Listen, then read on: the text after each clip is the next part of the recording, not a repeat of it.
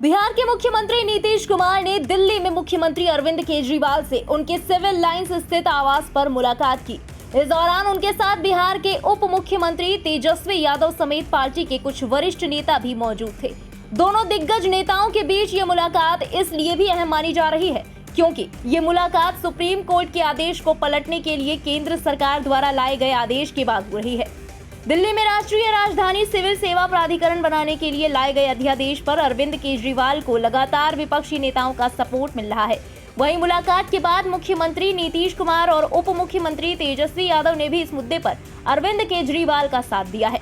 बता दें कि सुप्रीम कोर्ट के आदेश के खिलाफ केंद्र सरकार के अध्यादेश पर बैठक के कुछ समय बाद दिल्ली के मुख्यमंत्री अरविंद केजरीवाल, बिहार के मुख्यमंत्री नीतीश कुमार और डिप्टी सीएम ने एक संयुक्त मीडिया ब्रीफिंग की।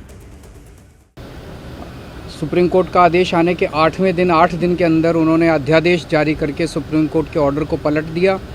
चुनी हुई सरकार की सारी शक्तियां छीन ली, सरकार को बिल्कुल पंगु बना दिया और सारी ताकत एलजी को दे दी कि अब एलजी दिल्ली चलाएंगे। 5-0 से जजमेंट आया था, पांचों जजों ने, संविधान पीठ ने जजमेंट दिया था, उस जजमेंट को पलट दिया 8 दिन के अंदर। ये संविधान के खिलाफ है। उसके बारे में नीतीश जी आज आए थे और उनसे काफ़ी डिटेल में चर्चा हुई। उन्होंने पूरी तरह से समर्थन जाहिर किया कि ये वो हमारे साथ हैं, दिल्ली के लोगों के साथ हैं और दिल्ली के साथ जो अन्याय किया है केंद्र सरकार ने, उन्होंने कहा कि इसका मिलके लड़ेंगे।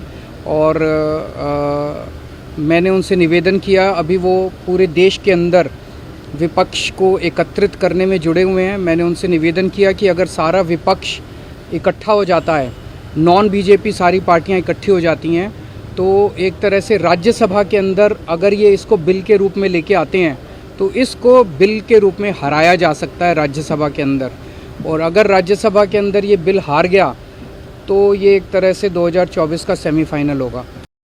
इस दौरान बिहार सीएम नीतीश कुमार ने कहा कि सुप्रीम कोर्ट का फैसला सही रहा, लेकिन इसके बावजूद केंद्र सरकार द्वारा जो करने की कोशिश हो रही है वो विचित्र है। सभी को एकजुट होना होगा। जो कुछ भी करने की कोशिश हो रही है केंद्र सरकार के द्वारा, ये तो एक विचित्र बात है। अब आप जरा संविधान को देख लीजिए, क्या अधिकार है। जब गवर्नमेंट बनाई जाती है, इलेक्टेड सरकार बनती है, तो उनको जो अधिकार दिया गया है उसको कैसे आप हटा सकते हैं? ऐसा तो कुछ नहीं है। लेकिन अब किस तरह से हो रहा है, इसलिए तो हम लोग कह रहे हैं कि सारे देश में सब लोग एकजुट हों, ताकि ये लोग संविधान का भी और किसी भी चीज का अपने ढंग से जो इधर से उधर कर रहे हैं और किस तरह का माहौल बन रहा है।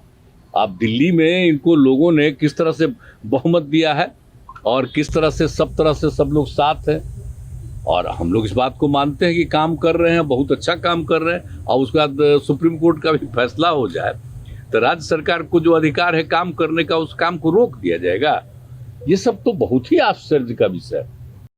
वहीं बिहार के डिप्टी सीएम तेजस्वी यादव ने दिल्ली सीएम अरविंद केजरीवाल का समर्थन करते हुए केंद्र सरकार पर हमला बोला और विपक्ष को एकजुट होने का संदेश भी दिया। इस दौरान उन्होंने कहा कि जो परेशानी अरविंद केजरीवाल झेल रहे हैं, हम उसके खिलाफ केजरीवाल जी को समर्थन देने आए हैं। कि जो लोकतंत्र है, लोकतंत्र में चुनी हुई सरकार को जो अधिकार मिले हैं और जिस प्रकार से जो नॉन बीजेपी स्टेट में जिनकी भी गवर्नमेंट है, बीजेपी लगातार उनको तंग कर रही है, परेशान कर रही है।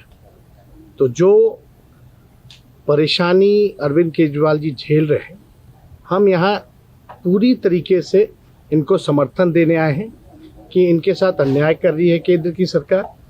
और जब सुप्रीम कोर्ट का जब जजमेंट आ गया तो सारी चीजें स्पष्ट हो गई, तो कुछ कहने वाली कोई बात ही नहीं है।